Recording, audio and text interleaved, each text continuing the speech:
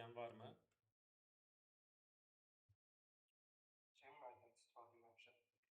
Əla. Başqa? Prezentasiyadan istifadə hazırlanması üçün bu qammadan da istifadə olunur ya, ondan da istifadə eləmişəm, amma o səviyyədə deyil. Pis deyil, qammada pis deyil. Düzdür, biz indi bir neçə alət keçəcəyik təqdimat hazırlanması üçün, amma qammada yaxşıdır. Əla. Başqa paylaşmaq istəyən varsa buyursun.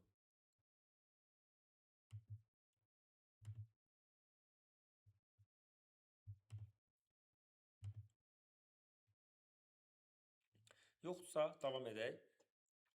Deməli, süni intellekt alətləri üzrə, yəni süni intellekt belə deyim, alətlərində, müxtəlif alətlərdə istifadə olunan terminləri qeyd etmişəm burada. Burada termin sayı çoxdur. Bunların hamısı sizə birbaşa lazım olmayacaq, yəni əzbərləməyinizə ehtiyac yoxdur.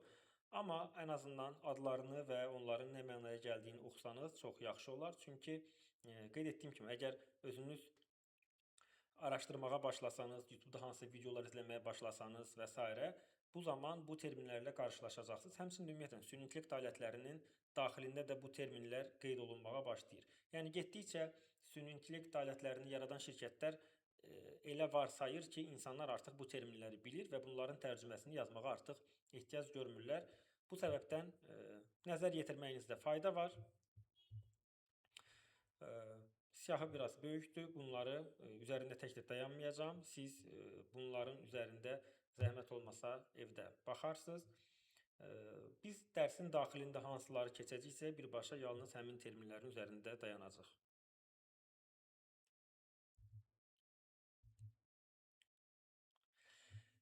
Deməli, süni intellekt ilə işləmə düşüncə tərzi. Bu dərsimizin məqsədi yalnız sizə alət siyahısı vermək deyil, filan alət filan işi görə bilir demək deyil. Əslində aydın məsələdir ki, bu alət siyahısını siz rahatlıqla özünüz internetdə yazaraqdan tapa bilərsiniz. Yaxud da hansısa bloqeri izləsəniz, həmin bloqer onu qeyd edəcək ki, belə bir alət var. Belə, bizim dərsdə öyrənmək bizim üçün vacib olan məqamlar biri bilikdir. Hər hansı bir məlumat əsasında bilik əldə etmək, yəni süni intellekt sayəsində bacarıq və yanaşma. Təlimdə adətən bilik və bacarıq formalaşır. Çünki bilik ümumiyyətlə də bir şey bilmək insanı onu reallıqda istifadə etməyimizə yetərli olmur. Bacarıq artıq həmin alətdən istifadə edib ondan hansı nəticələr əldə edə bilməyimizə kömək edir. Yanaşma isə hamı bir nəyisə, hansı aləti istifadə edə bilər, amma kimsə həmin aləti istifadə edərəkdən daha yaxşı nəticələr ala bilirsə, fərqlənə bilirsə digərlərindən, bu artıq yanaşmadan qaynaqlanır. Yanaşma isə aydın məsələdir ki, təcrübədən qaynaqlanır. Yəni təcrübə nə qədər artıq olsa, nə qədər çox istifadə etsək, müxtəlif vəziyyətlər üçün istifadə etsək, o qədər bizim yanaşmamız digərlərindən fərqlənəcək və fərqli nəticələr əldə edə biləcəyik. Çalışacağıq ki, bu təlimdə həm bilik, həm bacarıq, həmçinin də ən azından müəyyən qədər yanaşma əldə edək. Bu arada mən danışıram, sual olduqca birbaşa yönləndirə bilərsiniz. Yəni gözləməyə ehtiyac yoxdur. Sualınız varsa buyurun.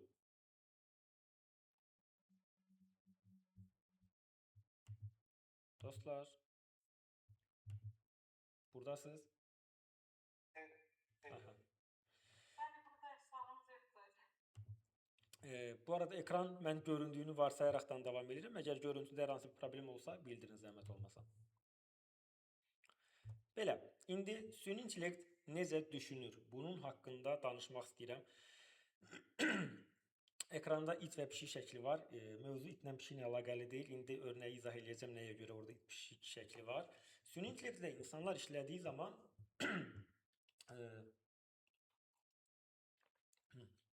bağışlayın. İnsanlar süni intellektlə işlədiyi zaman çox zaman belə bir yanaşma var. Sanki qarşısında bir insan varmış kimi davranırlar. Hətta internetdə də mütəmadi bu müzakirələr gedir. Baxın, insanlar kimi süni intellekt davranmır. Bu bəlkə də nə vaxtsa olacaqdı belə bir süni intellekt aləti, belə bir yanaşma, amma hal-hazırda bu şəkildə yanaşa bilən süni intellekt aləti yoxdur. Süni intellekt ona sadəcə belə deyək, məsələn, pişik və itin şəklini bir-birindən ayırd etməsini istədiyimiz zaman ona milyonlarca, bəlkə də milyardlarca pişik və it şəkilləri verilibdir. O onların şəkilləri əsasında aralarındakı fərqi bilir və biz ona artıq iç şəkli düzəlt dediyimizdə yaxud pişik şəkli düzəlt dediyimizdə o üzərində öyrəndiyi şəkillər əsasında bizə bir iç şəkli yaxud pişik şəkli düzəldir. Yəni o insan kimi qərar vermir ki, hə, itin qulağı belə olmalıdır, pişiyin gözü budur və s. Yəni bu bir rəssam kimi düşünmür. Buna görə də bu təkcə şəkil mövzusunda deyil, bütün mətn mövzusunda da belədir. Yəni biz ona bir mətn istədiyimiz zaman o oturub düşünmür ki, beləmi düşünüm, beləmi düşünüm, beləmi yanaşım, bu şəkildə mi yazım. Sadəcə ona öyrədilən mətnlər əsasında o bir növbəti sözü təxmin edərəkdən bizə cümlə qurur, bildirir. Bəzən cümlənin arasındakı absurd sözlər sırf bundan qaynaqlana bilir. Süni intellekt bəzən hansısa bir əlaqəsi olmayan sözləri əlavə edə bilir. Yəni əgər süni intellekt insan kimi düşünə bilirsə, sualının reallıqda cavabını görmək istəyirsinizsə, sizə bir bəsit prompt deyə bilərəm. Son günlərdə gündəmdədir. Onu sadəcə ChatGPT-yə yaxud da başqa alətlərə yazaraqdan özünüz test eləmiş ola bilərsiniz. Məsələn, ChatGPT-yə hal-hazırda, hətta ChatGPT belə baxanda çox xeyli inkişaf eləyib, iş sferasında istifadə olunur, tibbdə istifadə olunur və s. Ona sual verəndə ki, mənim evimlə avtoyuma mərkəzinin arasında 50 metr məsafə var. Mən həmin avtoyuma mərkəzinə, və bildirirsiniz ki, mən maşınımı yumaq istəyirəm. Avtoyuma mərkəzinə piyada gedim, yoxsa maşınla. Qəribə odur ki, hələ də ChatGPT ona çox vaxt cavab olaraq deyir ki, piyada get. Çünki 50 metr yaxın bir məsafədir, maşınla getməyinə ehtiyac yoxdur. Məqsədim süni intellekti pis demək deyil sizin üçün, yəni pisdir və s. demək deyil. Çox yaxşıdır, işimizə çox kömək edə bilir, işimizi çox sürətləndirə bilir. Düzdür, kim deyirsə ki, yox, insanın beynini passivləşdirmir, razı deyiləm, müəyyən qədər passivləşdirir. Bu reallıqdır, amma belə deyək də, bu həyatın reallığı odur ki, biz bu rəqabətdə qala bilmək üçün bunları istifadə etməliyik. Çünki iş yoldaşımız, bir başqası və s. istifadə etməyə başlayırsa, biz istifadə etməsək, adi məsələdir ki, geri qalmağa başlayacaq. Belə, bu dediyim tapşırıq hansı ki var ki, bu sorğu ChatGPT-yə verəndə anlamır, deyir ki, piyada get avtoyuma mərkəzinə. Bunu Gemini yazanda Gemini anlaya bilir. Gemini o aradakı belə deyək, yumoru başa düşür və Grok da başa düşür. Halbuki əslində Grok sual-cavab mövzusunda çox da ChatGPT qədər güclü deyil. Sualınız var?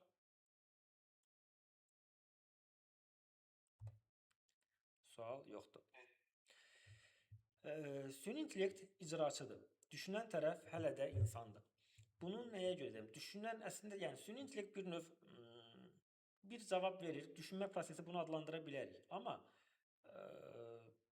süni intellekt yenə də icraçı rolundadır. Yəni qərar verən tərəf həmişə biz olmalı. Ən azından mən bunun tərəfdarıyam və təlimlərdə də həmişə bunu təbliğ etməyə çalışıram. Çünki məncə, yəni insan iradəsindən kənarda qalmamalıdır süni intellekt. İnsan iradəsi olmadan davranmamalıdır süni intellekt. Bu şəkildə düşünürəm ki, daha təhlükəsizdir onu istifadə etmək. Süni intellekt sehirli həll deyil. Süni intellekti bəziləri düşünür ki, yazdım, verdi, sualın cavabını götürdüm, kopyaladım, onu apardım, istifadə etdim. Bu cür yanaşsaq, bayaqki örnəyə qayıta bilərik ki, bizi avtoyuma mərkəzinə maşınsız göndərəcək süni intellekt. Yəni bu şəkildə yanaşmamalıyıq məsələyə. AI süni intellekt, yəni səhvsiz sistem deyil. Süni intellekt səhvlər edə bilir. Ona mütəmadi düzəlişlər tələb edilir, etmək. Verdiyi cavablar qüsursuz deyil, yəni qəti şəkildə qüsursuz deyil. Gələcəkdə bəlkə də qüsursuz olacaq. Və süni intellekt üzərimizdən məsuliyyəti alan bir mexanizm deyil. Həm bu iş sferasında üzərimizdən məsuliyyəti almır, həmçinin də hal-hazırda dünya ölkələrinin heç birində süni intellekt qanuni olaraq məsuliyyəti üzərinə götürə bilən bir sistem deyil. Məsələn, mən süni intellekt istifadə edərək hər hansı bir pis niyyətlə, hər hansı bir fəaliyyəti icra etsəm, yaxud da nə bilim, bir soyğun reallaşdırsam, burada cavabdeh süni intellekt deyil, şəxsdir. Yəni süni intellekti istifadə edən kimdirsə, düzəltdiyi şəkil, düzəltdiyi video, düzəltdiyi proqram təminatı və s. hamısından özü cavabdehdir. Qanun qarşısında da məsuliyyət daşıyır. Və yanlış tapşırıq verilərsə, nəticədə süni intellektdə adətən yanlış olur. Ümumiyyətlə, süni intellektdə belə bir yanaşma var. Bir mövzunu özüm yaxşı bilmirəmsə, süni intellektdən həmin mövzuda yaxşı cavab almağım mümkün deyil. Çünki onun verdiyi cavabın nə dərəcədə yaxşı olub olmadığını da anlamayacam. Bu səbəbdən süni intellekti ən yaxşı istifadə etmə üsulu öz bildiyimiz sahədə istifadə etməkdir. Öz işimizdə istifadə etməkdir. Öz marağımızın olduğu sahədə istifadə etməkdir. Süni intellekt harda real dəyər yaradır? Süni intellekt təkrar olunan tapşırıqlarda, əgər bir işi təkrar ediriksə, bu o deməkdir ki, artıq orada süni intellekti istifadə edə bilərik. Əlbəttə ki, söhbət fiziki işlərdən getmir. Fiziki işlərlə bağlı yəqin ki, robotlar və s. kömək olacaq. Söhbət kompüterlə etdiyimiz proseslərdən gedir. Məlumatın xülasələşdirilməsində çox yaxşı kömək edir. Araşdırma sürətinin artırılmasında çox yaxşı kömək edə bilir bizə. Qərar öncəsi variantların hazırlanması, təxmin edilmiş proseslərin avtomatlaşdırılması. Əgər bir prosesi biz öncədən hansı nəticəyə apardığını biliriksə, necə bir nəticə alacağımızı biliriksə, bu prosesi süni intellektlə bir növ avtomatlaşdıra bilərik. Həmçinin aydın məsələdir ki, bu punktlardan başqa süni intellekt bizə öyrənməyə də kömək edə bilir. İstənilən təlim, istənilən kurs və s. süni intellekt ilə daha rahat məlumat öyrənə bilirik. Sual olan var?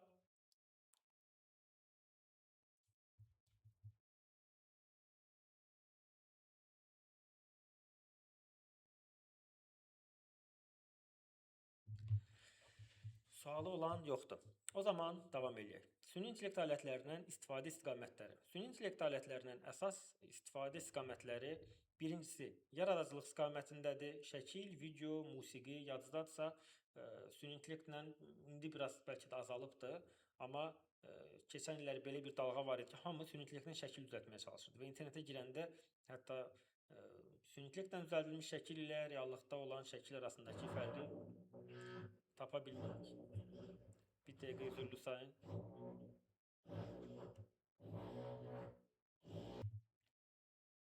Davam edək. Buradasınızsa.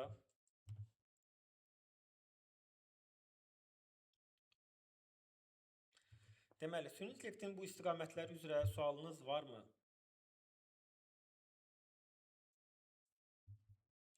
Yaradıcılıq istiqamətində dediyi istifadə olunur. Burada siz yoldaşlar, xahiş edirəm arada bir sualınız varsa bildirin, reaksiya verin ki, mən bilim ki, diqqətiniz buradadır. Sual var. Buyurun.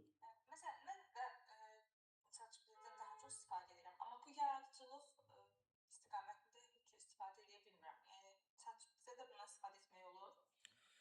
ChatGPT də şəkil düzəldə bilir. Şəkilləri, yəni yetər qədər belə deyim, yaxşıdır. Həmçində ChatGPT-nin Sora modeli var. Orada da videolar düzəltmək olur. Amma ChatGPT-nin son zamanlardakı düzəltdiyi şəkillər Gemini, Nano Banana Pro modellərindən geri qalır. Reallıq budur. Və Çinin süni intellekt alətləri video istiqamətində hal-hazırda liderdirlər deyərdim.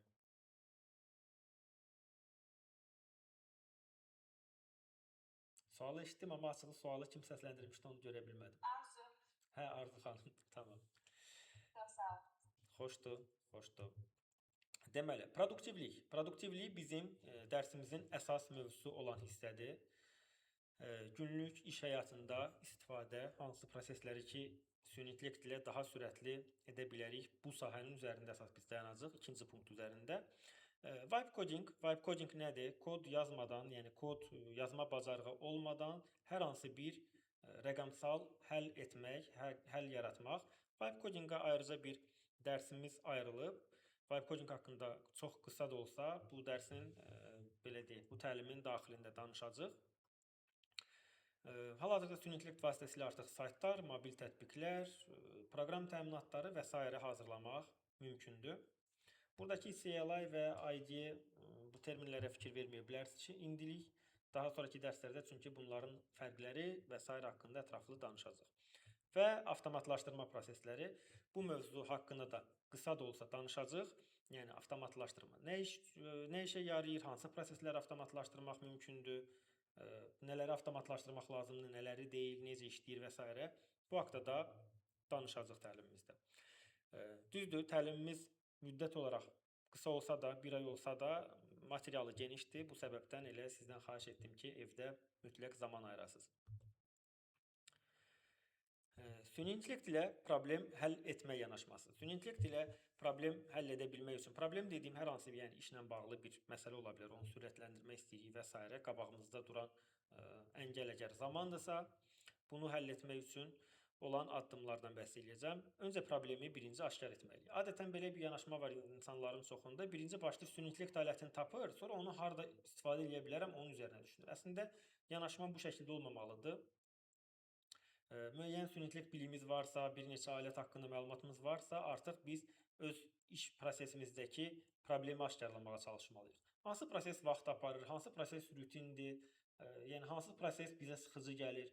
Çünki elə proses ola bilər ki, ora heç süni intellektə ehtiyac yoxdur. Çünki orada çox zəruri qərar alınan hissədir və orada mütləq şəkildə özümüz iştirak etməliyik. Ümumiyyətlə, süni intellekt, belə deyək də, bugünkü günümüzdə aydın məsələ ki, bütün işlərimizi ona həvalə edə bilmərik, amma hansısa işi o icra edə bilirsə belə, bu o demək deyil ki, biz o işi ona verib çəkilməli, uzaqda dayanmalıyıq. Mütləq şəkildə zaten prosesin içində olmalıyıq. Hətta elə işlər var ki, onun içində heç süni intellekti qatmamalıyıq.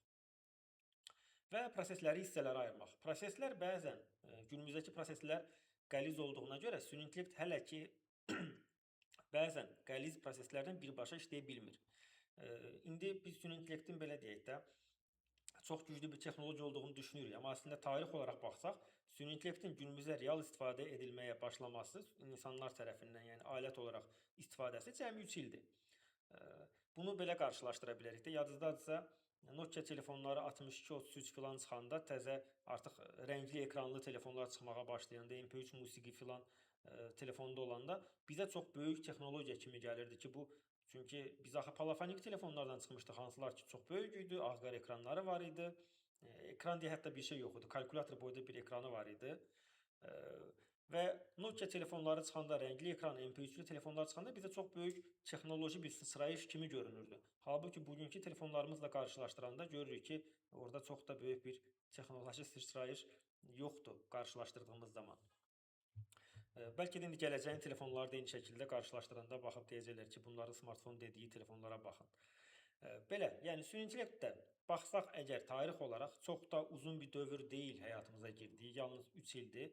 Bu səbəbdən prosesləri hissələrə ayırmalıyıq. Hissələrə ayırdığımız zaman artıq o hissələrin hansılarısa süni intellektə həvalə edə biləcəyimizi görəcəyik. Belə, alət yox, yəni problemi mərkəzə alırıq, problem üzərindən yola çıxıb artıq problemi hansı süni intellektlə həll edə biləcəyimizi axtarırıq. Sual varsa, buyurun. Yoxdursa tapşırığa keçirik.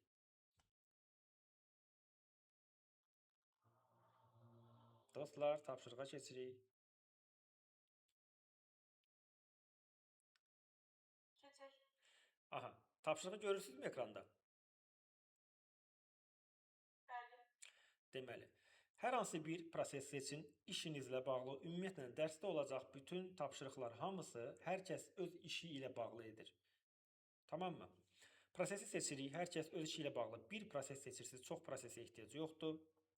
Vaxt aparan proses ola bilər, yaxud da sizi yoran bir proses ola bilər. Bu prosesi seçəndən sonra onu hissələrə bölün. Hansı addımlardan ibarətdir? O prosesin addımlarını qeyd edin. Prosesə kim nə edir? Əgər proses bir neçə əməkdaşın iştirakı ilə baş verirsə, qeyd edin ki, daha sonra filan əməkdaşa keçir. Əməkdaşın adına ehtiyac yoxdur, belə deyim. Əməkdaşın sahəsini qeyd etsəniz yetərlidir. Hansı mərhələlərdə qərar verilir və harada gözləmə yaranır, harada vaxt itkisi yaranır, bunu qeyd edin. Daha sonra da onun süni intellekt ilə uyğunluğuna baxacaq. Yoldaşlar, başlayın zəhmət olmasa, tapşırıq üçün 10 dəqiqə zamanımız var. Bu arada hamı kompüterlədir, yəni telefonla bağlanan var təlimə, yoxsa hamı kompüter qarşısındadır? Telefonla bağlananlar bildirə bilər, məncə çox adam yəqin kompüter qarşısındadır. Nərmin xanım telefonladır, Arzu xanım da telefonladır. Düz başa düşdüm? Bəli, telefondan qurtulmuşam, amma kompüter var yanımda. Aha, əla. Tamam, çox gözəl. O zaman necə rahat olarsa sizə tapşırığı yazın, qrupa zəhmət olmasa göndərin. Kimlər danışmırsa, danışa bilmirsə, xahiş edirəm həmin yoldaşlar da tapşırığı yazıb qrupa göndərsin. Bu tapşırıq iki istiqamətdə yaxşıdır. Bir istiqamət odur ki, mən sizin iş prosesinizi anlayacağam və daha sonraki dərsləri adaptasiya edə biləcəm. Həmin mövzulara daha çox toxunacağam. Ola bilər ki, hansısa bir dərsimizin mövzusu təlim, belə deyək, təlim çərçivəsində çox dərindən keçilməsi nəzərdə tutulmayıb, amma mən görsəm ki, sizin hamınızın, əksəriyyətinizin ya da işində ehtiyac olan hissədir, onun üzərinə daha çox fokuslanacaq, daha çox zaman ayıracaq. Həm bu cəhətdən buyurun. Tapşırığı ekran verə bilərsiniz. Bəli. Həm bu cəhətdən bu tapşırıq önəmlidir. Həmçinin də sizin öz işinizdəki prosesləri gözdən keçirməyiniz cəhətdən önəmlidir. Belə, tapşırığı ekrana böyüdürəm. Mən də bu vaxt ərzində qısa bir fasilə götürəcəm yoldaşlar. Saat 8:00-da ekran qarşısına qayıdacam. Bir 5 dəqiqədə sizə fasilə ayırsaq, düşünürəm ki, 20:05-də davam edə bilərik. Tamam? Video rekordu hələlik dayandırıram. İndi tapşırıq qaytaracağam.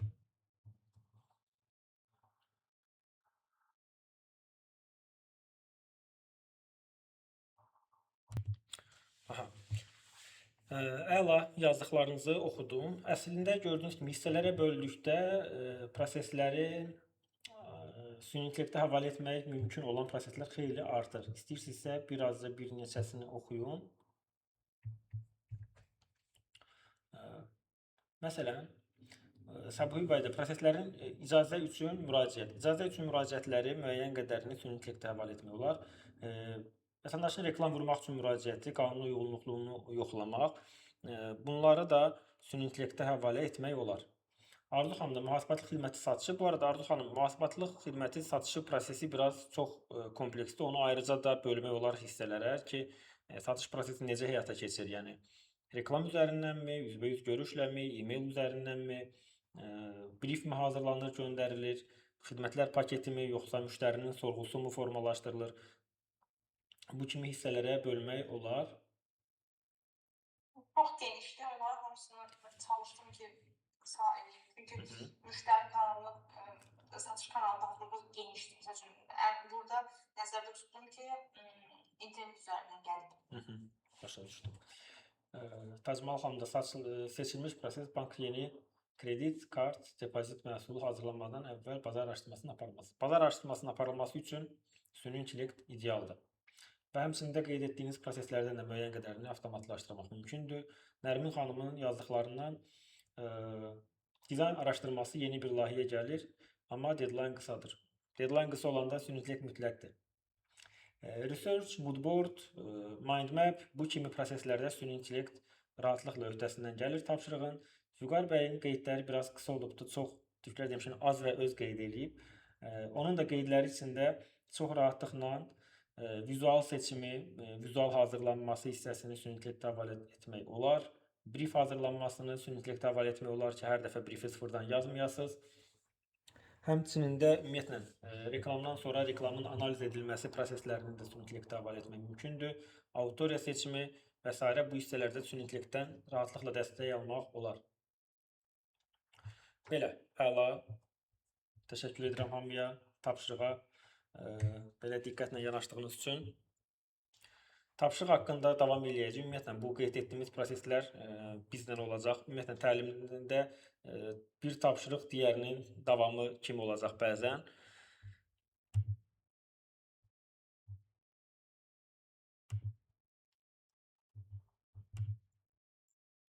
Deməli, sizə bir burada hazır prompt vermişəm.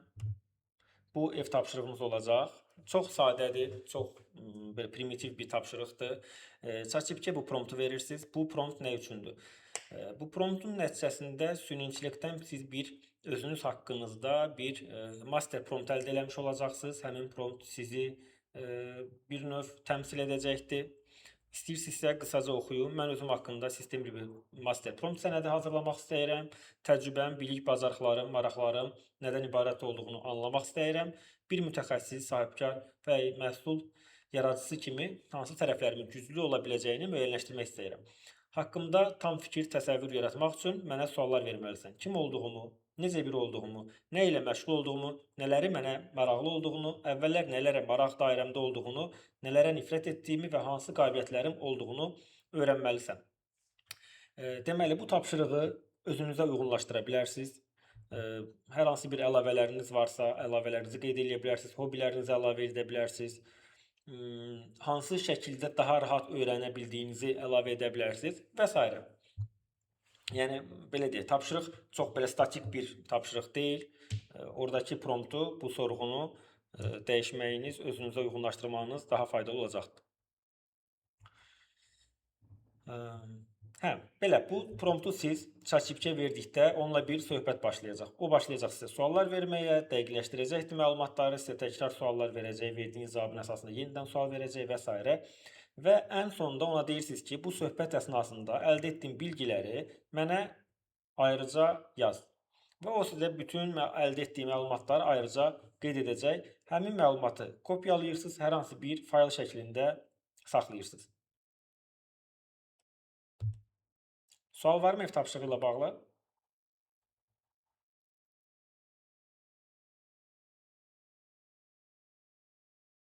Sual. Sualın cavablarını Necə? Ev tapşırığını necə sizə təqdim edəcək? Bəli, tapşırığın linkini yaxud da birbaşa faylını mənə göndərəcəksiniz.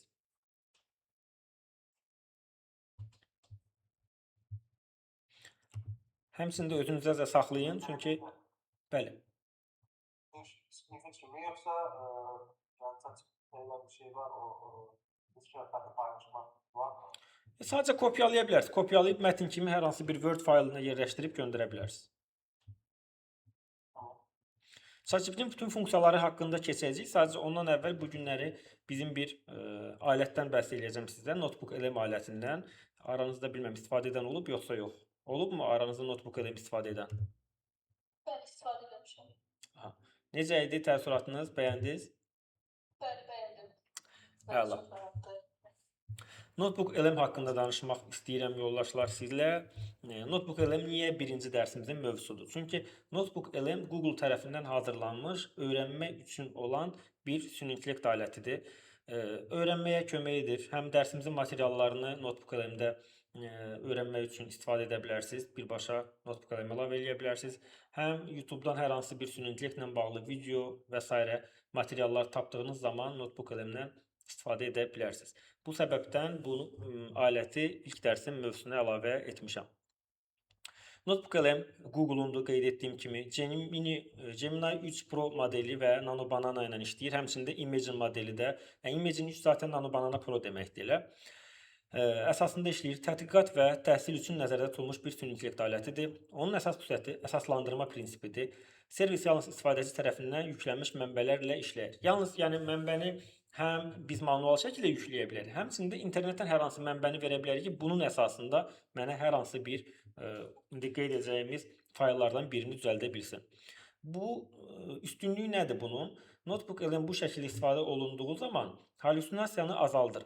Halüsinasiya nədir? Süni intellektin hər hansı bir mövzu haqqında yetəri qədər məlumatı olmadıqda, yaxud da ona həmin mövzu haqqında verilən məlumat yanlış olduqda bizə yanlış cavablar verməyə başlayır. Yəni kontekstdən bir növ mövzudan kənara çıxmağa başlayır və bu da süni intellektin halüsinasiya etməsidir. Yəni bu cür deyilir.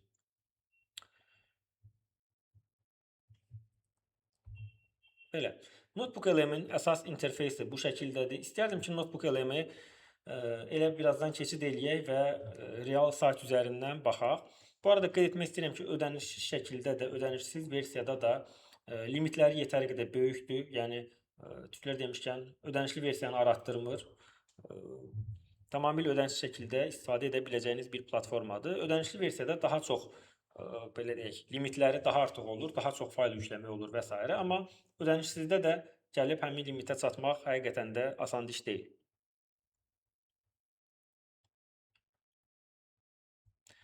Belə, notebookdan istifadə etməkdən əvvəl onu qidalandırmaq lazımdır. Gəlin indi keçək. Baxın, burada şifahi hər hansı məlumat yoxdursa, keçək Notebook LM-ə.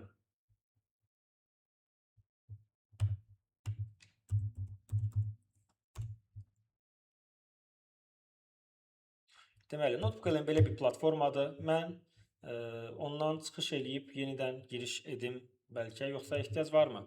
Yəni, daxil olduqda əsas ekran onsuz da elə birbaşa bu açılır. Bu açılan ekranda bu aşağıda gördükləriniz daha öncə hazırladığınız notebooklardır. Yəni, onun üçün hər hansı bir iş hazırladığınız zaman onlara notebook adı verilir və burada əsas siyahıda qeyd olunur. Yeni bir notebook yaratmaq istəyirsinizsə, ya buradan klik edib daxil ola bilərsiniz, yaxud da ki, buradan klik edib daxil ola bilərsiniz. Buradan tümü qeyd etdiyiniz zaman başqalarının hazırladığı, notebook eleminin hazırladığı işləri görə bilərsiniz.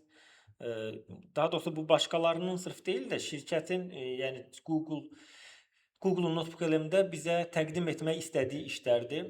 Tümünü görə klik etdiyiniz zaman digərlərini də görə bilirsiniz. Həqiqətən də maraqlı araşdırmalar var burada, maraqlı materiallar var. Məsləhət görürəm ki, daxil olub baxasınız. Başlıqlar da həqiqətən də maraqlıdır. Klik edib daxil olsanız hər birincisində nələr var görə bilərsiniz. Baxın, bu materiallar hazırlanıbdır bu sənəd əsasında. Yetəri qədər böyükdür. Bu isə ona verilmiş olan bütün resurslardır. Hansı resurslarla qidalandırılıbdır ki, bu nəticələr əldə olunub. Biraz qabağa getdik, anlaşılmaya bilər. İndi biz sıfırdan özümüz hazırladığımız zaman daha da aydın olacaq. Bunun üçün daxil oluruq, yeni oluşdur düyməsini klik edirik. Belə bir pəncərə açılır. Bu əsas açılan pəncərə bizim üçün ona məlumat daxil etməyimiz üçün olan bir bölmədir. Burada nələrə icazə verir bizə? Gəlin aşağı hissədən başlayaq. Dosya yüklə, hər hansı bir kompüterimizdəki faylı ona yükləyə bilərik. Bu link bölməsidir. Web sitesi və YouTube-un linki var. Yəni, hər hansı bir web saytın linkini verə bilərik, yaxud da ki, YouTube-dan hər hansı bir YouTube videosunun linkini yerləşdirə bilərik. Bu, Google Drive-ın işarəsidir. Birbaşa Google Drive-dan hər hansı bir faylı birbaşa bura əlavə edə bilərik. Mətni kopyalayıb hardansa bura əlavə etmək istəyiriksə, kopyalanan mətnə klik edirik. Bura mətn bölməsi açılır. Səhv etmirəmsə, yanlış xatırlamıramsa, burada 50.000 tokenlik bir bölmədir. Bu da haradasa bir kitaba yaxın bir yazı eləyir. Yəni, yetər qədər böyük bölmə var ki, mətni birbaşa kopyalayıb bura əlavə etmək mümkündür. Əgər bu ekrandan gedərsə, bura ilə qaynaq yükləyin bölməsinə klik etdiyiniz zaman yenidən bura açılır. Burada web düyməsi var. Bu nə üçündür? Web düyməsi internetdən hər hansı bir şeyi axtarıb bizə verməyini istəyiriksə, birbaşa elə burada yazırıq, görürsünüz, webdə yeni qaynaqlar arayın. Hər hansı mövzunu qeyd edirik, həmin internetdə ona uyğun qaynaqlar axtarır. Drive-dan istəyiriksə, elə yenədən Drive-dan seçə bilərik. Həmçinin bu aşağıdakı ilə əlavə etmə arasında heç bir fərq yoxdur. Burada iki rejim var. Hızlı araşdırma və Deep Research. Hızlı araşdırma dediyimiz zaman haradasa demək olar ki, Google kimi davranır, Google kimi məlumat axtarır. Yəni, üstdən ən açar sözlərə uyğun olanları birbaşa göstərəcəkdir. Əgər Deep Research seçsək, yəni dərin araşdırmanı seçsək, sistem bu məlumatları təkcə axtarmayacaq, həmçinin onları analiz edəcək və ən uyğunlarını bizə tapıb göstərməyə çalışacaq. Suallar varsa, gəlin sualları cavablandıraq, o şəkildə davamını gedək. Gördüyünüz kimi PDF, şəkil, belgə dediyi PDF və s. ilə həmçində Word faylları, səs fayllarını MP3, MP4 və s. kimi faylları qəbul edir. Üzərinə də klik etdiyimiz zaman bizə bütün dəstəklənən faylları bizə göstərir. Hətta bəzi fayl formatları var, gördüyünüz kimi heç demək olar ki, həyatımızda istifadə etməmişik. Buyurun, suallar gəlsin.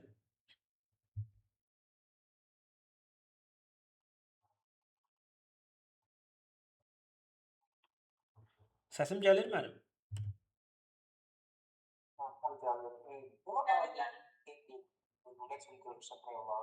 Necə?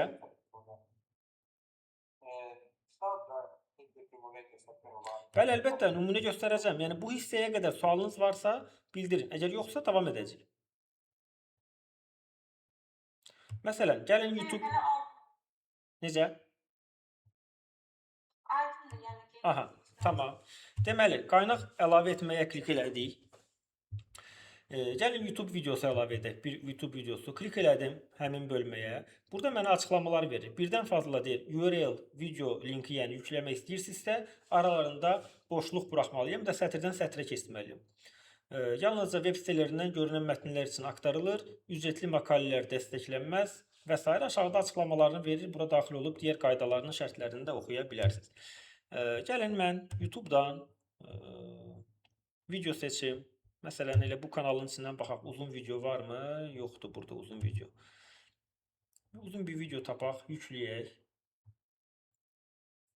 Məsələ mövzunu elə bir mövzu seçmək istəyirəm ki, hər kəs üçün anlaşılır bir mövzu olsun. Bu OpenAI-ın Prism videosu haqqında bir video. Gəlin bu videonun linkini götürək. Linki klik elədim, kopyaladım. Yanlış kopyaladım. Geri verim. Reid Hoffman has been right about every single tech trend for the past 25 years, and he says the way we use AI is about to change. Və gəlirəm notebook eləmə.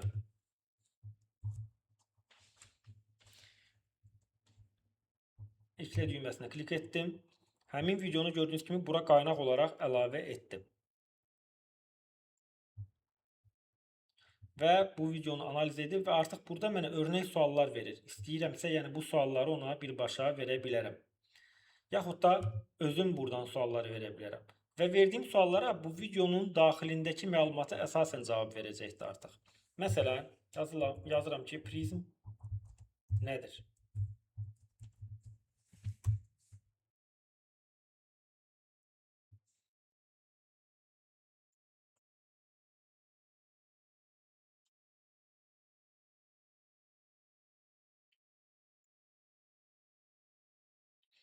Bu videonun paralelində ikinci bir qaynaq da verə bilərəm. Bunun üçün yenidən qaynaq eklə düyməsini klik edirəm.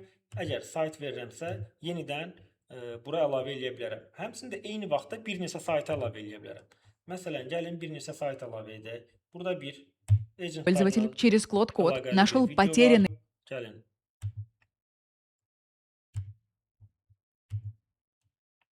Пользователь через Claude нашел потерянные фотографии своей бабушки на забытом жестком диске. А третий вырастил помидоры под присмотром искусственного интеллекта. Это все пример больше и больше. Это Və həmin videonun da linkini götürürəm. Gördüyünüz kimi bu dəfə 2 dənə video linki verdim. Eklə düyməsinə klik edirəm və o 2 videonu da qaynaq olaraq əlavə edir. Artıq bu notebookun içində 3 dənə qaynaq video var. Və bunların üçünü də sistem tanıyır və burada gördüyünüz kimi ona ipuçları verir ki, texnologiya. Bu alət elmi yazı və əməkdaşlıq vasitəsilə fəaliyyət göstərmək üçün GPT-5.2 süni intellekt modelini istifadə edir. Burada Prism haqqında sual vermişdim. Prismin mənə açıqlamasını verir və həmçinin də buna klik etdiyim zaman məlumatı hardan götürdüyünü mənə bildirir ki, məlumat buradandır.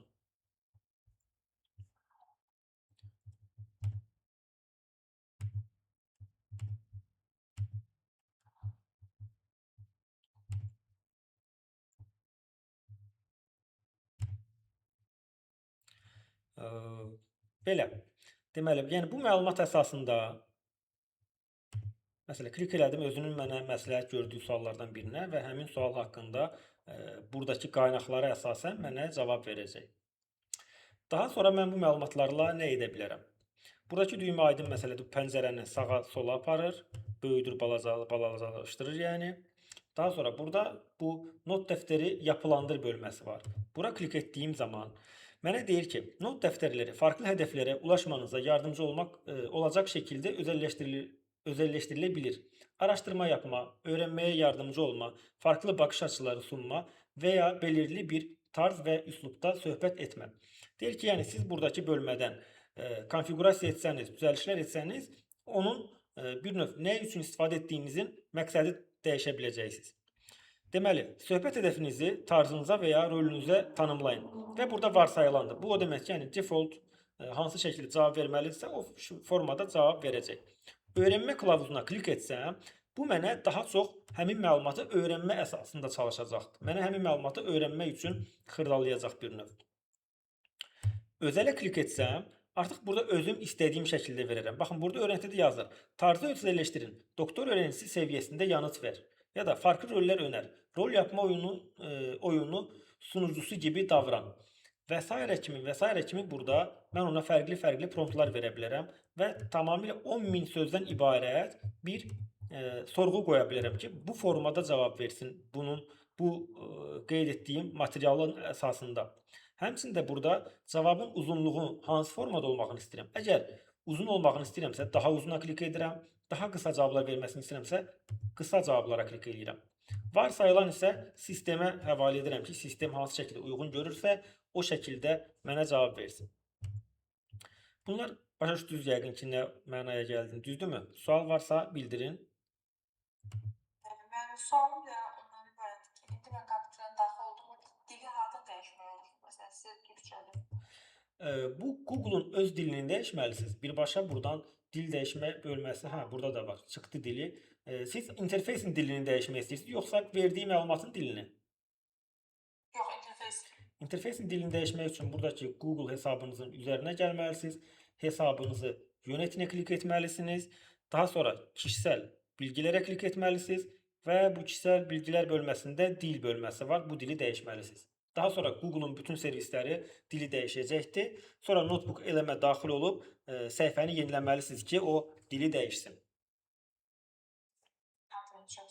Buyurun, xoşdur. Söhbət keçmişini silmək istəyirsə, buradakı söhbətini silmək istəyirsə, bu 3 nöqtəyə klik edirsiniz və söhbətin keçmişini silə bilirsiniz. Notebookunuzu paylaşa bilirsiniz. Bu hər hansı bir söhbət elədiniz, burada nəticələr çıxartdınız, içində slaydlar var və s. İndi həmin bölmələrə keçəcəm. Bunu paylaşa bilirsiniz istəsəniz bu bölmədən. Və həmin adama belə deyim, e-mailini yazırsınız bura, yaxud da linkini götürüb paylaşmaq mümkündür, amma məndə niyəsə linki vermədi. E-mail hesabını yazaraqdan ona həmin bu notebooku görməyinə icazə verə bilirsiniz. Burada qeydlər var. Deməli, not dəftəri bağlantıya sahib olan hər kəs, yəni linki verdiyim hər kəs görə biləcəkdir. Tam not dəftəri yaxud da ki, yalnızca bu söhbət. Bunu da klik eləyib göndərə bilirəm.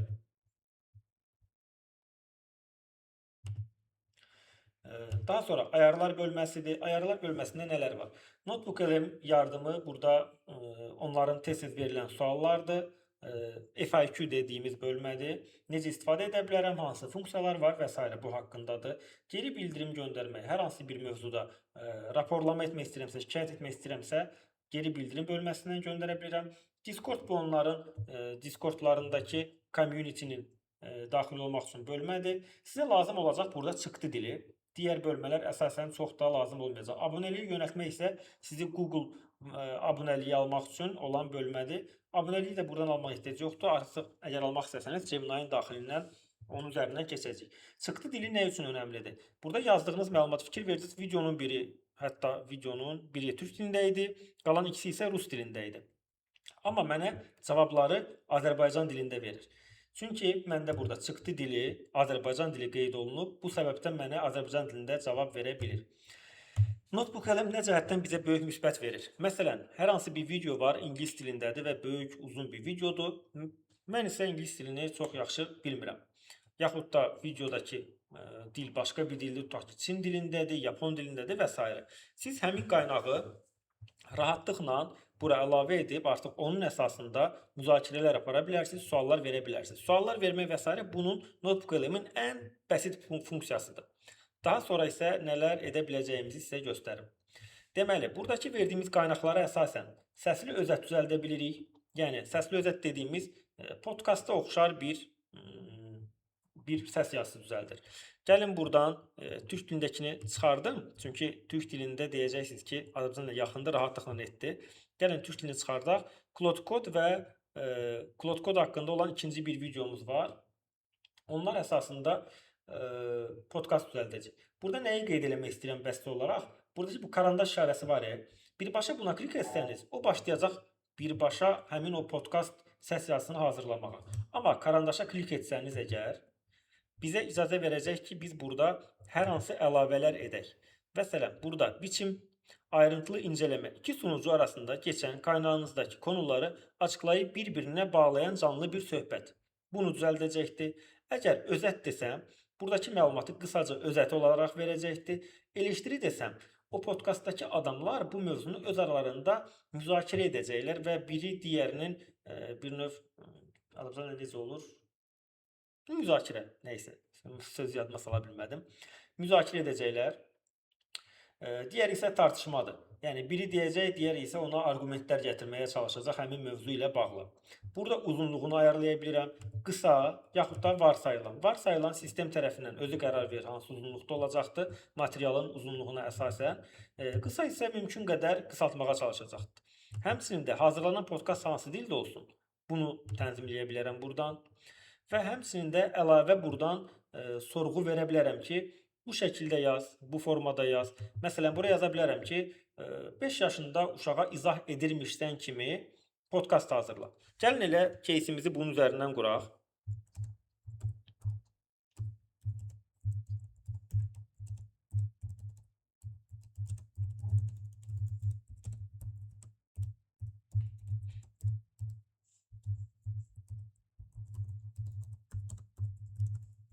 Düzdür, əslində mənim yazdığım sorğu biraz qeyd etdiyim qaynaqlarla üstə düşmür. Niyə? Çünki Claude Code süni intellekt alətidir. Biraz və professional şəkildə istifadə olunmasından bəhs edir burada. Claude Code ilə kod yazmaqdan bəhs edir video. Mən burada 5 yaşında uşağa bunu izah etməyini istəyirəm. Bu biraz çətin məsələdir. Yəni 5 yaşında uşağa bunu nə qədər bəsitləşdirmək olar ki, bunu uşaq başa düşsün. Amma bir tərəfdən də yaxşıdır ki, süni intellekti elə burada test etmiş olacaq. Ona bir reallaşdırılması çətin bir tapşırıq vermiş oluruq. Ürət dediyim zaman, baxın, proses işə düşür və ətrafında artıq oxlar gedir və o başlayır bu səs faylını hazırlamağa. O hazırlayıncaya qədər biz davam edək, digərlərinin üzərindən keçək. 2 dəfə klik elədim, 2 dənə hazırlayın. Eyb yoxdur, hazırlasın. Biz davam edək, digərlərinin üzərindən keçək. Video özət. Hazırladığımız, bura əlavə etdiyimiz qaynağa əsasən video özət hazırlayır. Video özət dediyimiz düzdür, professional bir video olmayacaq. Şəkillər və belə deyək, şəkilli slayd kimi bir video hazırlayır. İstəyirsinizsə örnək üçün buna da klik edək. Qaynağımızı amma azaldaq, biraz daha sürətli edə bilmək üçün ki, balaca məlumat olsun əlində və həmin məlumat əsasında daha sürətli hazırlasın. Burada stilistikasını seçə bilərik ki, videonun stilistikası hansı formada olsun. Məsələn, burada özümüz stilistikanı yaza bilərik, avtomatik seçməsini istəyə bilərik, yaxud da özümüz seçə bilərik. Mən seçəcəm, bunu seçəkmi? Yaxud da gəlin retro seçək. Belə, burada həmçinin eyni şəkildə prompt yaza bilərik, həmin promptla nələr olsun, hansı formada izah eləsin, yəni konteksti, mövzunu hansı formaya salmağını istəyiriksə, ətraf şəkildə yaza bilərik. Burada açıqlayıcı və özət var. Özət isə məlumatı olduğu kimi mümkün qədər qısaltmağa çalışacaqdır. Açıqlayıcı isə mövzunu bizə izah etmək istiqamətində hazırlayacaqdır. Qeyd etdim və ürət düyməsinə klik edirəm. Və gördüyünüz kimi aşağıda artıq videonun da prosesi geçməyə başladı. Burada zihin haritası var. Gəlin zihin haritası bu ingilis dilində mind map olaraq çox istifadə olunur bizim dildə də. Klik edək, bizə həmin bununla bağlı mind map hazırlasın.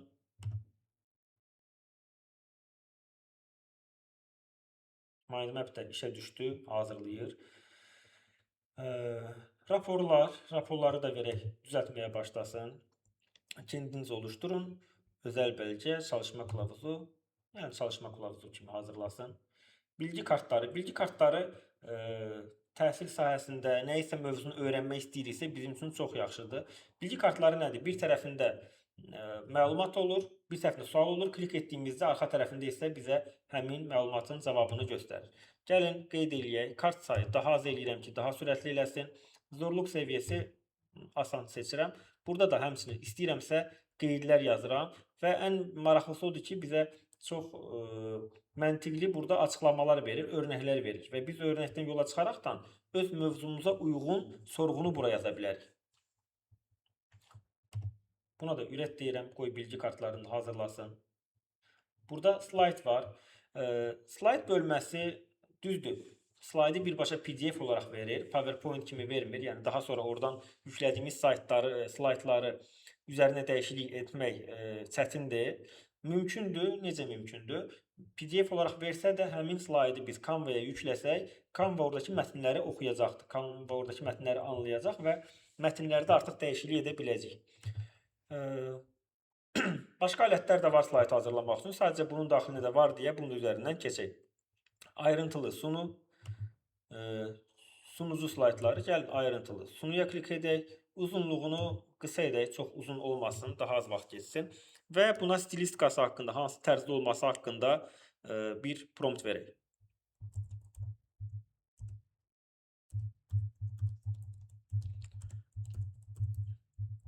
Dizaynda olsun.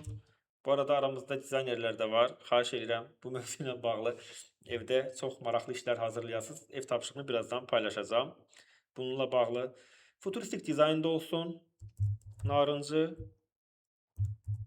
və qara rənglərdən istifadə et.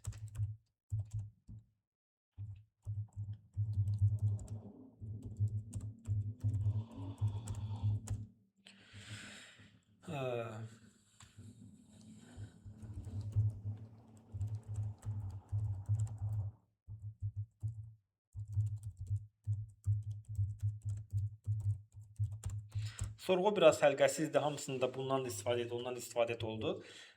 Daha dolğun bir sorğu yazsanız, əlbəttə ki, nəticəniz çox daha yaxşı olacaqdır. Və buna da ürət deyirəm, proses başlasın. Deməli, artıq bir neçəsi hazırdır. Hazırlara baxa bilər. İnfoqrafika hər hansı bir məlumatı infoqrafik şəkildə hazırlayır. Gəlin, buna da klik edək. Bunu da təxmin etmiş olarsınız, görərsiniz ki, necə bir nəticə verir. Bu bizim mind map'imizdir. Mind map belə bir formada verir. Beyin xəritəsi, belə deyək, üzərinə tərcümə etsək. Və burada həmin bölmənin strukturunun daha geniş açıqlamalarını bu şəkildə klik eləyərəkdən də aça bilərik. Hər birinin daxilində nələr var, klik edib bunları da aça bilərik. Yəni, hər hansı mövzuda plan qurduğumuz zaman bizə plan qurmasına kömək istəyə bilərik buradan. Bu şəkildə klik eləyərəkdən yardım ala bilərik. Bu şəkildə də yenidən bağlaya bilərik. Sonra həmin bunu istədiyimiz zaman da yükləmək mümkündür. Buradakı bu ox vasitəsilə həmin bu materialı şəkil olaraq yükləyə bilirik. Belə. Slaydlarınıza və s. də buradan kopyalayıb əlavə edə bilərsiniz.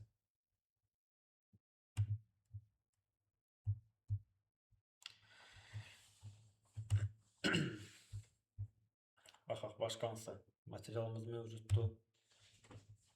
Deməli, bizə onun haqqında bir rapor hazırladı, sənəd hazırladı bu videodakı mövzu ilə bağlı. Cloud Code və Cowork, süni intellekt agentləri üzrə tədris bələdçisi və bu bələdçi kim, hansı YouTube kanalı tərəfindən paylaşmışdı, onun haqqında qısa məlumat verir. Qısa cavablı suallar isə quiz və burada sualları və s. qeyd edibdir. Burada isə quizin cavablarını qeyd edibdir bizə.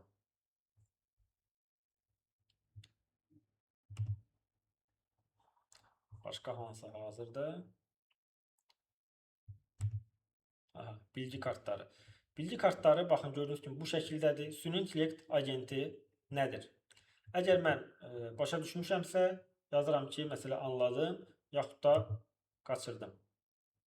Bu şəkildə deyə bilərəm. Üzərinə klik etdiyim zaman isə mənə bunun cavabını verir. Yəni, hər hansı bir məlumatı öyrənirsinizsə, bura yükləyə bilərsiniz. Yüklədikdən sonra bu şəkildə oxudunuz.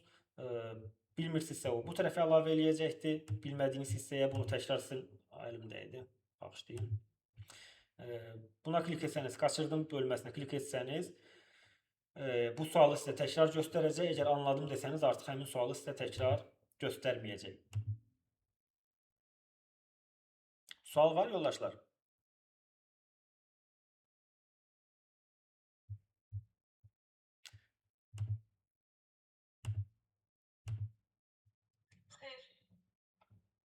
Sual yoxdur. Əla.